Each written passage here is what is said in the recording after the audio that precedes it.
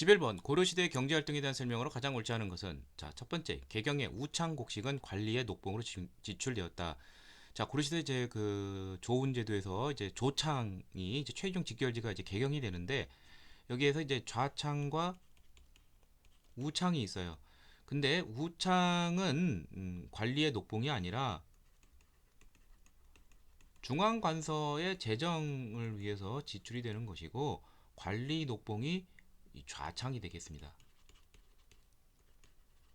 예, 그래서 정답은 1번이 되겠고, 자, 나머지는 맞죠. 양안, 토지대장, 20년마다 호적, 이제 인구대장 3년마다 이렇게 하는데 안정적 재정을 위해서 시행이 되겠죠. 왜냐하면 토지를 파악을 하고 인구를 세워야 조세와 역을 부과시키기 때문에 그렇죠. 상업활동이 활발해지면서 성종 때 철전인 최초의 화폐인 건원중보, 그다음에 숙종 때 이제 은병이라는 은으로 된 것도 나오고 대부분 이제 동전이죠. 맞고요. 고려 말 남부지방 일부의 모내기법이 보급이 되었다.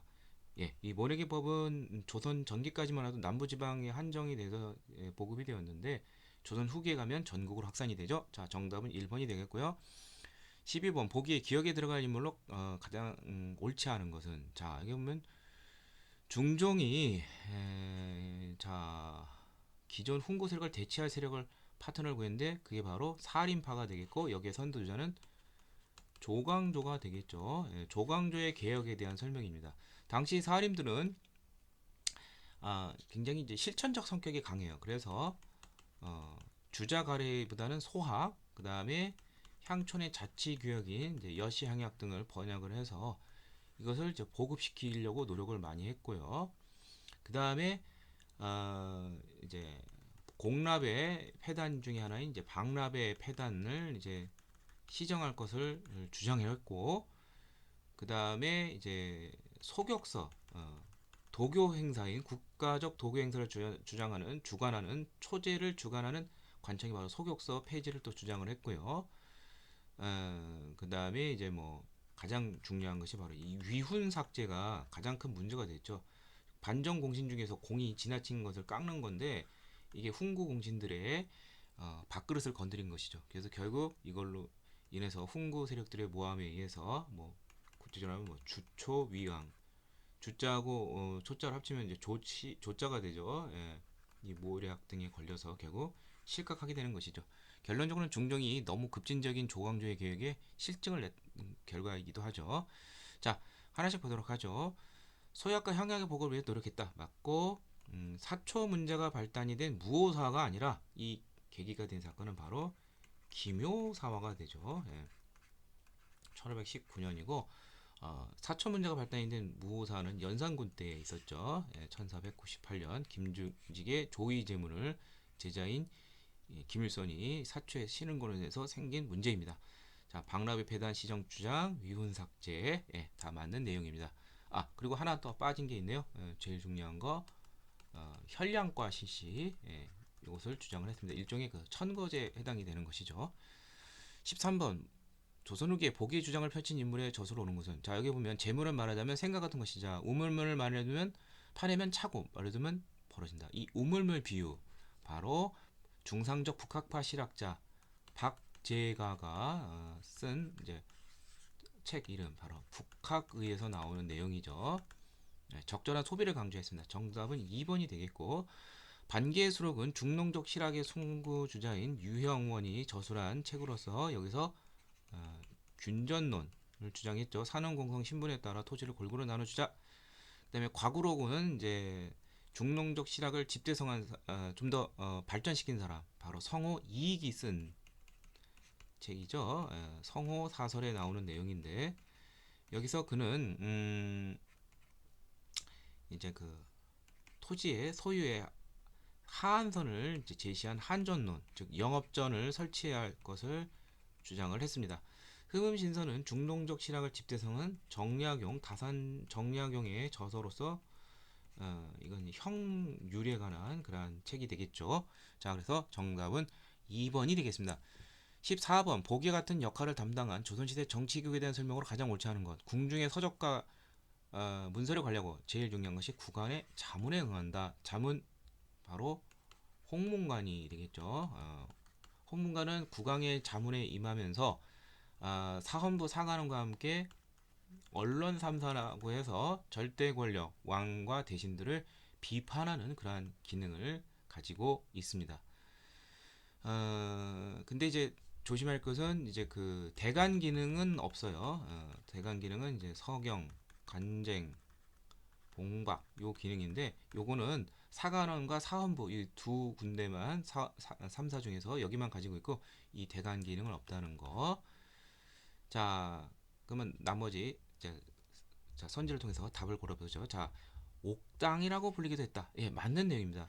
이 중앙기구의 그러한 별명을 다 알아두세요. 홍문관은 옥당, 뭐 승정원은 은대, 그 다음에 뭐 사헌부는 뭐 오대, 뭐 이런 식으로 알아두시길 꼭 바라고요. 사헌부 사관원과 함께 3사를 구성하였다. 언론 3사. 예, 맞습니다. 그래서 양사가 주로 비판을 많이 하는데 여기가 힘이 딸릴 때는 홍문관까지도 같이 연합해서 상소를 올리고요. 외교문서 사초 작성했다. 자, 외교문서는 이제 승문원에서 작성을 하고요. 사초는 예문관 소속의 관리들이 작성을 합니다. 그래서 정답은 3번이 되겠고요. 자, 소속 관원은 청요직, 즉 맑고 깨끗한 거, 부정이 없는 거 이런 거를 요구한다는 선망의 대상이 되었다. 예, 이 청요직은 이제 정승으로 나아가는 고위관료 나가는 그러한 지름길이 되기 때문에 선망의 대상이 되었습니다. 자, 정답은 3번이 되겠고요. 15번 보기의 독립운동이 전개되었던 지역은 이상설 등이 권업회를 조직하여 민족의식을 고취했다. 이상설의 권업회. 또 이것이 확대돼서 대한광복군 정부. 다 연해주 지역에서 있었던 그러한 독립운동 단체이죠. 예. 그래서 연해주 지역 조금 더 정리를 해보면 권업회 이전에 맨 처음에 이제 13도 의군 유인석 등을 중심으로 해서 그 다음에 성명회, 예. 그 다음에 대한광복군 정부 그 다음에 이제 전로 한족 중앙 총회, 더 나아가서 대한 국민의회라는 임시정부 중에 하나가 1919년에 결성이 되었습니다. 자, 서간도 지역은 삼원보 지역에 신민회원들이 집단 이주를 하면서 뭐 경학사라는 조직, 예, 나중에 이제 뭐 부민단 뭐 이런 곳으로 발전하고 학교로는 신흥강습소 꼭 알아두시고 신흥무관학교로 발전하죠. 북간도 지역은 뭐 간민회라는 거 알아두시고 학교가 좀 많아요. 서전 서속 이상설에 그 다음에 김양연의 명동학교 뭐 이런 거 알아두시고 미주 지역은 대한인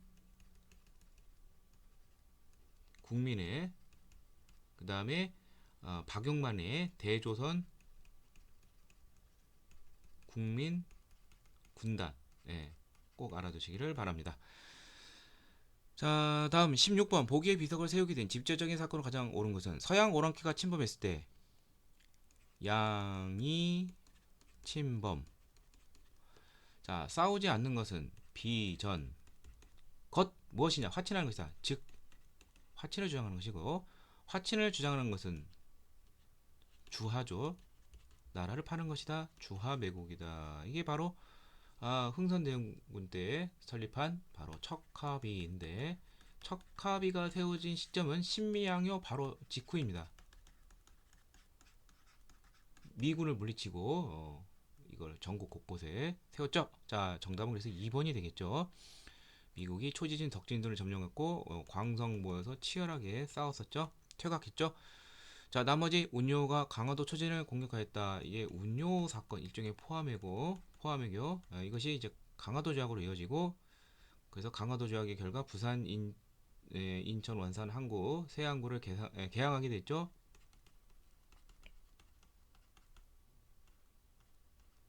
그 다음에 99인들이 반해서 운동을 일으켰다. 자, 이것은 이모곤란이죠. 일본 공사관을 습격을 했죠. 자, 다음 17번 보기의 지리서를 편찬된 순서로 바르게 나열한 것은 자, 하나씩 보도록 하죠. 아방 강력공은 정약용이 저술한 역사 지리서인데 우리의 강역을 이제 고증한 것이죠. 정약용이 활동하던 시대는 19세기 전후가 되겠죠. 특히 이제 1801년에서 1818년까지 18년간 강진 유배 생활에 아마 지어졌겠죠. 자, 동국 여지 승납은 성종 때 노사신 등이 이제 저술한 그런 인문 지리서이고요. 신참 팔도 지리지는 이제 세종 때 지어진 인문 지리서이고, 동국 지리지는 실학의 선구자 중에 한 사람인 한백겸이라는 사람이 광해군 때 저술한 그러한 본격적인 역사 지리서입니다. 역사적으로 지리를 고증을 한 것이죠. 자, 그래서 순서는 디귿, 기역, 리을, 니은. 자, 그래서 어, 잠깐만. 디귿, 니은, 리을, 기역. 예, 정답은 이제 3번이 되겠습니다. 자, 다음 18번. 보기에 제시된 두 정책의 공통점으로 가장 옳은 것은, 자, 여기 보면 흥선대원군의 개혁 중에서 이제 만동묘 철폐와 서원을 이제 철폐를 한 것이죠. 예, 서원 철폐. 그 다음에 여기 보면은 여기 보면 이제 동포전 이렇게 돼 있죠. 이게 다른 말로 이제 호포제라고 하죠. 예. 서원 철폐와 호포제는 양반들의 특권을 이제 그 세금을 나지 않던 거 내게 하고, 또 서원이라는 정부로부터 혜택 받는 거 이런 걸 없애는 것이니까 결국 이런 것은 다 정부의 재정 수입 증가에 기여를 했겠죠. 그래서 정답은 4번이 되겠고요. 뭐 농민 봉기를 초래한 건 아니죠. 왜냐하면 이런 것은 이제 농민들을 위한 정책이 될 수 있고, 유생들 지지는 없겠죠. 당연히 양반들의 기득권을 건드렸기 때문에 신분제 폐지 직접적인 얘기 아닙니다. 19번. 보기에 가와 나 조약 체결 사이에 일어난 사건으로 가장 옳지 않은 것은, 한국 정부는 시정 개선에 관하여 통감의 지도를 받는 것. 자, 이른바 차관 정치와 관련되어 있는 한일 신협약이 되겠습니다. 1907년 7월에 체결했고요. 한국 황제 폐하는 모든 통치권을 일본에게 양해한다. 한일 병합 조약이죠. 이른바 경술국치 1910년 8월에 체결이 됐죠. 자, 그러면 하나씩 보도록 하죠. 사립학교령이 공포되었다. 자, 사립학교령은 아, 사립학교령은 1911년에 이제 일제가 이제 우리 사립학교를 통해서 민족교육을 실시할지도 모르니까 이제 한일 1차 조선교육령을 1911년에 이제 발표를 하고, 또 사립학교령까지도 이제 음, 사립학교령은 이게 이제 그 1차 조선교육령이고, 사립학교령을 그보다 좀 먼저 했어요. 예. 사립학교령은 1909년입니다. 자, 그래서 이것은 요 사이에 해당이 되겠죠. 근데 자, 이런 문제 풀 때는 잘 모르더라도 확실한 연대를 확실히 알면 돼요. 안중근이 이토 히로부미를 저격한 것은 1909년 10월 26일이죠. 자, 이거는 맞는 내용이고, 재정검은 메카타가 화폐 정리에 나섰다. 자, 이건 1905년부터 했었던 거니까 어, 나섰다는 거 시작했다는 거죠. 요게 확실히 틀린 것이죠. 예. 왜냐하면 재정검은 메카타가 들어오는 것이 1904년 8월 1차 한일 협약에 의해서 취임을 했기 때문에 그렇습니다. 자, 그래서 정답은 3번이 되겠고, 군대 해산 조치기 발표됐다. 한일 신협약 체결 직후 바로 이제 부속 각서로서 군대 해산 조치기 발표된 것이 바로 직후가 되죠. 예, 8월부터. 자, 그래서 정답은 이제 3번이 되겠고요. 이제 사립학교령은 이제 잘 모르더라도 이런 것을 나머지 선제를 통해서 우리가 유추해 보면 맞출 수가 있습니다. 자, 다음 20번. 보기에 기역과 니은에 들어갈 인물들의 이름을 옳게 짝지은 것은, 자, 이것은 뭐 단순하면서 굉장히 좀 어려운 문제인데, 우리나라 역대 정부통령 선거를 알아야 돼요. 자, 48년 초대는 대통령이 이승만이고, 부통령은 이시영이었습니다.